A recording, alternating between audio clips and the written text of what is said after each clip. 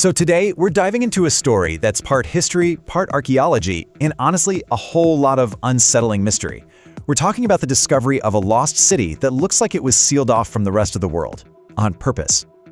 And this right here, this is the one theory that takes this from a cool discovery to something, well, something chilling. The idea that this wasn't a fortress to keep invaders out, but a cage. This one idea is what we're gonna keep coming back to. Seriously, just try to picture it. You've been hacking your way through uncharted jungle for weeks, a place so cut off it's like going back in time. And then, through the trees, you see it. Massive stone structures that just shouldn't be there. This wasn't some little ruin, you guys. It was a whole city, a huge one. And nobody knew it existed. So that leads to the big question, right? The one that hangs over this whole story. Normally, finding a lost city is amazing news. It's a peek into our past. But with this one, every little detail they uncovered just made it feel more and more like maybe they shouldn't have found it at all. Let's get into why. Okay, so our story really kicks off with the expedition team. These incredibly brave, or maybe just incredibly foolish people who decided to chase these wild rumors into a place everyone else avoided. And you know, what's so wild about this is that the local legends weren't about treasure or some magical fountain. Nope, they were straight up warnings. Stories about a place you just don't go. A place that was meant to stay lost, for everyone's own good. And you can really see how things got more and more tense as their journey went on. I mean, it starts out like a classic adventure story, right? A small team following some rumors, but then weeks go by, food's running low, and then things get weird. The team wrote in their journals about this creepy, unnatural silence that fell over the jungle right before they saw the first stone buildings.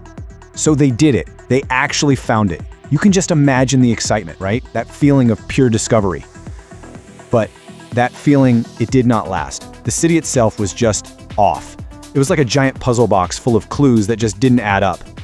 So as they start looking around and taking notes, this really strange picture starts to form. The symbols carved everywhere, they didn't match any language anyone had ever seen. The way the buildings were designed, it was totally alien. And then they found these pathways, a bunch of them, that seemed to go deep, deep underground. But one entrance in particular, that one really stood out. Yeah. The lead archaeologist wrote in his journal that this wasn't just some ancient cave-in. The main entrance going underground was meticulously, intentionally sealed shut with huge, interlocking stones. It wasn't just a barrier, it was a message. And this is where the story takes a really dark turn. It stops being about exploration and starts being about, well, survival. It's like the city itself, or whatever was in it, started to push back. At first, it was just little things. Weird noises at night, coming from the ruins. Sounds that weren't animals. Not any they knew anyway. The team just got this feeling, you know, that they weren't alone. And then, things got worse. Their equipment started going haywire. Compasses just spinning in circles. Radios, nothing but static. Cameras just stopped working. Suddenly, they were totally cut off, completely isolated out there. You can imagine what this was doing to them. People started swearing they saw shadows moving around the ruins, right at the edge of the rise site.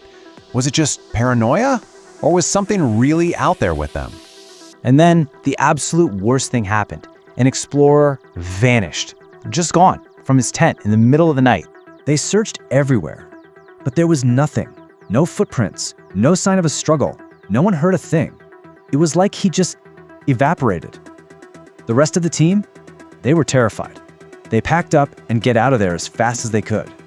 So, in all the years since that first disastrous expedition, people have tried to make sense of it all. All we have are those few journals and sketches, but a few main theories have popped up. All right, let's look at the big three. First, you've got the advanced civilization theory.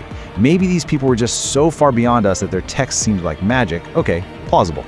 Second, the containment site theory. This suggests this city wasn't really a city at all, but more like a facility built to hold something really dangerous.